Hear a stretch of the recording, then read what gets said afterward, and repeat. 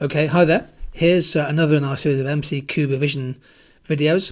We take a topic and just ask a few short questions focusing on a particular aspect of the syllabus.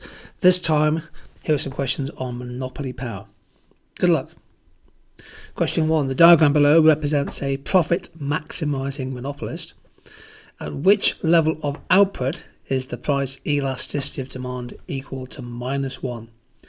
At which level of output is the coefficient of elasticity of demand equal to unity, or 1? Press the pause button, have a go at the question, and press play again when you're ready to go through the answer. Okay, what did you get for this question? When is the elasticity of demand, point elasticity, equal to 1 on a downward sloping average of marginal revenue curve for a monopoly? The correct answer to this question is C. You see, a monopolist will maximise its revenue when the marginal revenue is 0.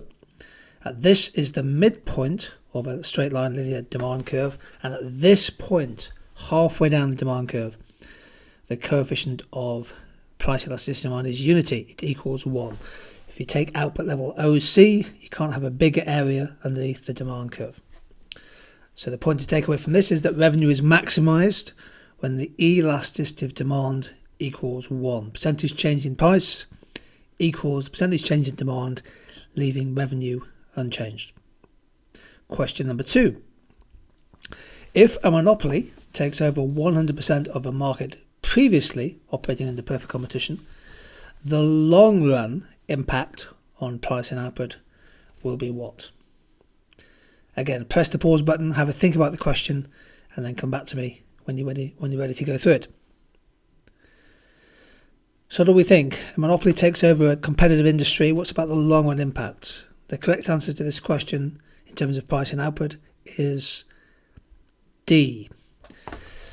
There are many uncertainties. Conventionally, in theory, a monopoly will charge a higher price and sell a lower output than under conditions of perfect competition. However, there are many uncertainties.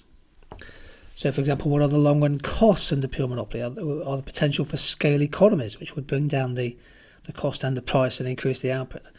The monopolist may have different objectives and different strategies compared to competitive firms. Perhaps the monopolist is a satisficer, a revenue maximizer, or a growth maximizer. And also we have to think about the uncertainty, the degree to which a monopolist then faces the potential threat of competition from new firms coming in. How contestable is the market? Because of all these uncertainties, we can't be sure in the long run what the price and output will be. Answer D. Question 3. A private sector national monopoly, there was a monopoly covering a national economy, would be least justifiable in which of the following situations? Press the pause button and have a go. Okay, well, when would a national monopoly, there was a monopoly operating at the national level, be least justifiable? The correct answer to this question is A. Let's go through the other options. B, strong networks. This amplifies some of the benefits of monopoly because they're able to build significant networks and achieve some network economies of scale. An industry with significant major competition means that actually, although you may have a monopoly at home, let's say you're a domestic steel producer that dominates your market, actually globally there are many other big steel companies providing barriers to trade are relatively low. You actually still in a fairly competitive, contestable situation. So significant major international competition acts as a barrier to monopoly power.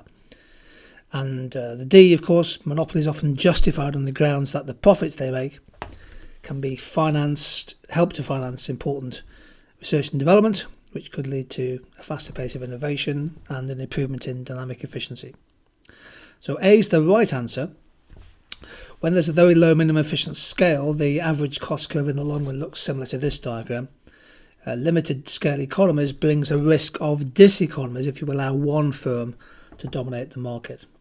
And of course that can lead to a loss of productive efficiency. So the right answer there is A. Okay, there we go. 3 questions on aspects of market power.